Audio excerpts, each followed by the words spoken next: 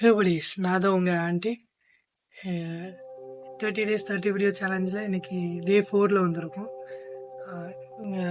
Time என்ன ஆகுதுன்னா 11:30 something ஆகுது. இன்னைக்கு எங்கள் தாத்தாவை போய் ஹாஸ்பிட்டலில் மார்னிங் அட்மிட் பண்ணிட்டு இப்போ தான் வீட்டுக்கு வரேன். அந்த ஸ்டீக்கை உடச்சிடக்கூடாதுன்னு சொல்லி வீட்டில் வச்சு தான் இப்போ நான் வீடியோ ரெக்கார்ட் பண்ணிக்கிட்டு இருக்கேன். இன்னைக்கு ஹாஸ்பிட்டல் போகும்போது அங்கே ஒரு விஷயம் கற்றுக்கிட்டேன். அந்த விஷயத்த நான் உங்கள்கிட்ட ஷேர் பண்ணணும்னு நினைக்கிறேன். ஸோ எங்கள் தாத்தா கூட நாங்கள் ஐசிஓடுக்கு போய் அட்மிஷன் போட போயிட்டு இருந்தோம்.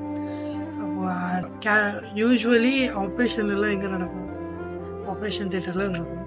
இப்போ நான் ஐசிஓட கதவை திறந்து போகிறேன். உள்ளே போய் பார்த்த மொதல் விஷயமே அங்கே ஒரு 8 to 9 வயசு இருக்கும். அந்த சின்ன குழந்தை, ஒரு பெண் குழந்தைக்கு ஆப்ரேஷன் பண்ணிட்டு இருந்தாங்க வயிற்று கிழிச்சு. உள்ளே போய் திரும்பி பார்த்த மொதல் விஷயம் தான். பார்த்து பக்குன்னு ஆகிட்டே மனசு. அப்படியே நான் வெளியே வந்துட்டேன். அப்போ அங்கே வெளியே வந்துட்டு பார்த்துக்கிட்டு இருக்கும்போது தான் எனக்கு ஒரு விஷயம் தோணுச்சு. இந்த உலகம் வந்து ரொம்ப சின்னது, பார்வைகள் வேறு.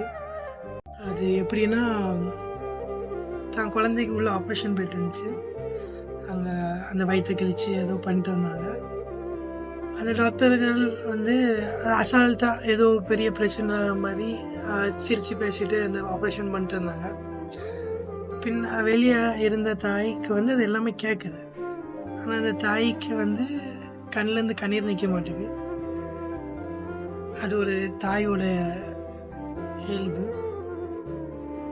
தாயோட குணம்.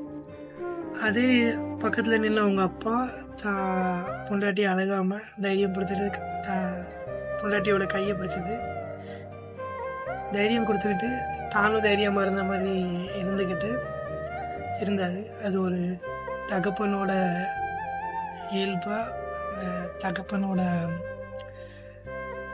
என்ன சொல்லன்னு தெரியல. அண்ட் இதில் என்ன புரிஞ்சிச்சுன்னா, ஒரே குழந்தை தான், ஆனால் பார்வை வேறு ஆகுது, பர்ஸ்பெக்டிவ் வேறு ஆகுது. ஸோ இந்த தாய்க்கு அது ஒரு தான் பெற்ற குழந்தை. ஆனால் டாக்டருக்கு வந்து ஒரு 10ல் 11ஆவது வந்த ஒரு மனுஷன், ஒரு சாதாரண மனுஷன். அவன் டெய்லி இது மாதிரி நிறைய உயிர்களை காப்பாற்றிருப்பான், காப்பாற்ற முடியாமல் போயிருப்பான். பட் அவனால் அந்த இடத்துல எமோஷன் ஆக முடியாது, அவனால் ஒரு பர்சனல் பாண்ட் வைக்க முடியாது. பட் அதே தாயால் ஒரு கனெக்ஷன் இல்லாமல், ஒரு எமோஷன் இல்லாமல் இருக்க முடியாது. ஸோ 2 பேர் இடத்துலேருந்து 2 பேரும் நியாயமாக தான் இருக்காங்க. 2 பேரும் ரைட்டு தான். இல்லை யாரையும் நம்ம குறை சொல்ல முடியாது. அதே மாதிரி தான் வாழ்க்கையில் நம்ம நிறைய ப்ராப்ளமாக ஃபேஸ் பண்ணியிருப்போம். நிறைய பீட்ரியலாக இருந்திருப்போம். ஒரு ஃப்ரெண்ட்ஷிப்போ, ஒரு ரிலேஷன்ஷிப்போ, இல்லை நிறையா மிஸ்கம்யூனிகேஷனோ, நிறைய விஷயம் ஆகிருக்கும் நம்ம லைஃப்பில்.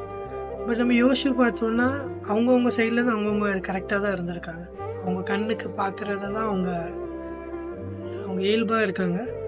அண்ட் அவங்க கதையில் அவங்க அது சரியாக படுது, நம்ம கதையில் அது நம்மளுக்கு அது சரியாக படுது நம்ம பண்ணுறது. ஸோ இது எப்போ நம்மளுக்கு புரிய வருதோ, எல்லா நன்மைக்குன்னு இல்லை, இங்கே யாரும் தவறு கிடையாது, தப்பு கிடையாது. எவ்ரிஒன் டிசர்வ் லவ், அந்த மாதிரி தான். ஸோ அவர் சைடில் அவங்க ரைட்னா, நம்ம சைடில் நம்ம ரைட்டு.